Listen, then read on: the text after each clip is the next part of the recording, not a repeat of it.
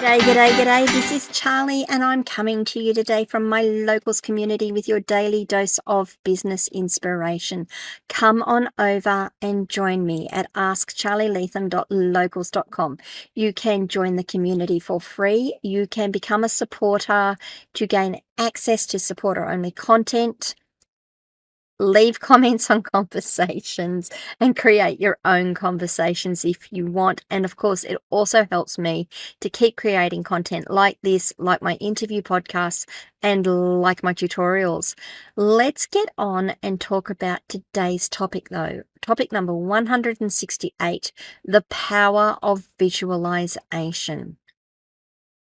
So this is a bit, I know some of you are going to go, oh, it's really woo-woo, Charlie. We don't really want to hear it. But I kind of love this topic. It's something that I have played around with since I was like 16 years old when I first heard about it. And I've got to say that I am a fan. It certainly works. It certainly works. It certainly... It requires a lot of self-discipline, but I think it does work. There we go. Let me say it that way. I'm actually going to start with the story first, and then I'll get into the actual topic. And the story, well, it's not a story. It's more of it was a study, and I don't know what the details are because I didn't actually look up the references for it. It's just one I was told many, many years ago. I have heard it recounted several times since, and I kind of like it as a solution. So there are three teams. And there are three basketball teams, and they're all set down to train. One go out and train every day on the court. They do it, and they practice, and they practice, and they practice. The second team doesn't do anything at all. They don't practice. They don't do anything. The third team goes into the locker room, and they spend hours visualizing playing the game. They spend hours they in that visualization, they take the ball, they move the ball up and down the court, they pass the ball off to each other.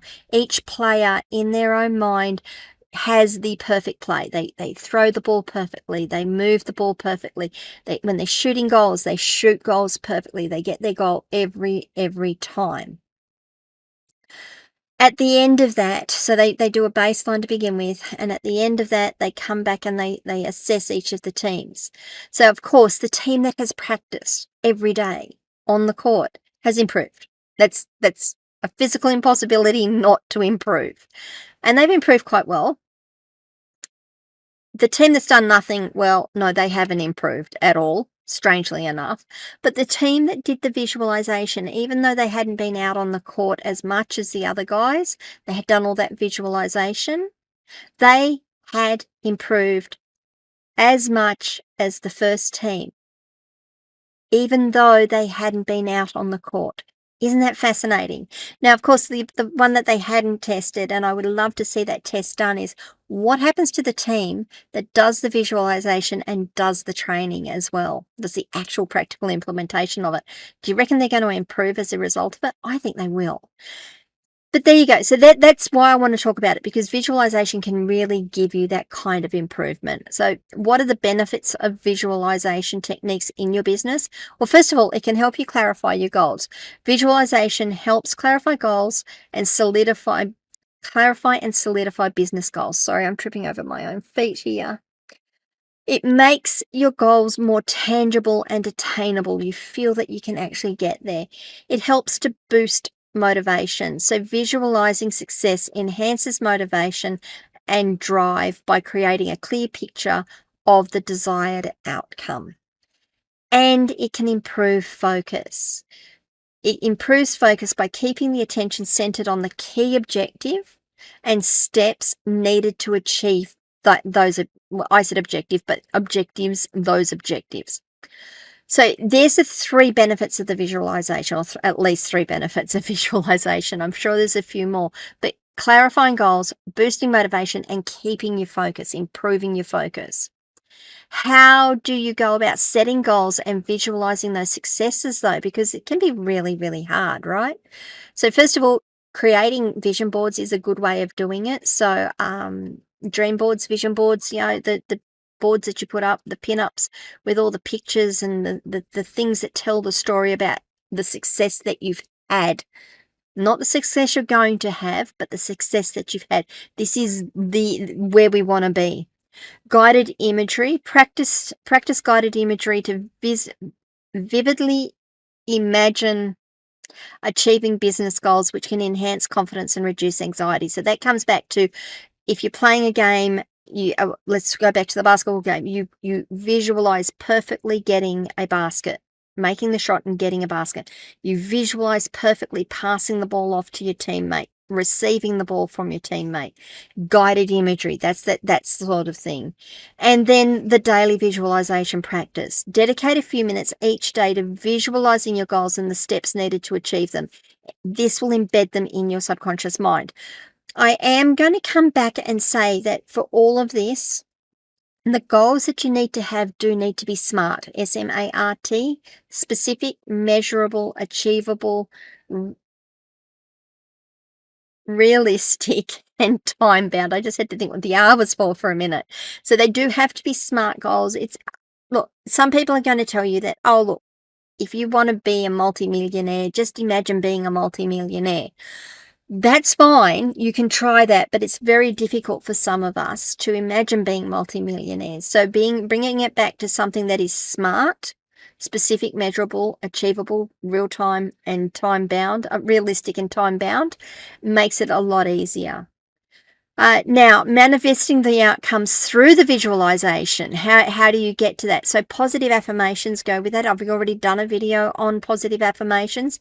You've got to combine your visualizations with positive affirmations to reinforce self-belief and the feasibility of achieving those goals. I am open to opportunity was one of my favorite affirmations. But let me see if I can put one out here. I am paying myself $6,500 a month. I pay myself $6,500 a month. Okay? It's a positive affirmation. Not I'm going to. I am paying myself $6,500 a month. Very, very specific. Now, if I really wanted to add that on, I could then say by September 2024. For example, it's just an example. It's not anything definite, but that's something that I think will work really well for you. Action planning. Break the visualized goal into actionable steps, ensuring a clear path from visualization to realization. And this is what I mean by being SMART as well. You've got to know how you're going. Well, you don't have to know exactly how you're going to get there, but you need to know the next step that you've got to take. You've got to know the basics of how you're going to get there. I know, for the one that I just gave you, the $6,500 a month, I need to have X number of customers that pay X amount of dollars a month. I need to reduce my expenses or have expenses that do not exceed X number of dollars per month as a result of that. A whole heap of other things around it, but there's a whole heap of steps there that I need to do. So once I know I've got how many customers I need to get, it's like I need to grow my customer base by this much. I gain X number of customers per month. Get the picture? And then you've got to monitor that progress. It's no use sitting there saying, I'm going to do all this. Review and adjust your visualizations based on your progress. Based on your progress and your feedback. Keep them aligned with evolving goals. So this comes back to the same thing, that it doesn't matter. So you can set a goal and you can be heading towards that goal. And then as you start to get towards that goal, you're going to go, sometimes you're going to go, that's not right. Or, hey, well, I'm doing much better than I thought I would. I'm actually going to tweak that goal and make it a little more difficult or make it a little further. Or actually, that's not the goal I really wanted. I've headed down this path and that's fine, but that's the goal I want over there. So now we're just going to adjust a little and we're going to head there. So you've got to monitor your progress as well. So I love visualization. I find it very difficult sometimes when I'm like, I want to do better than I'm doing, and I can't see it in my head.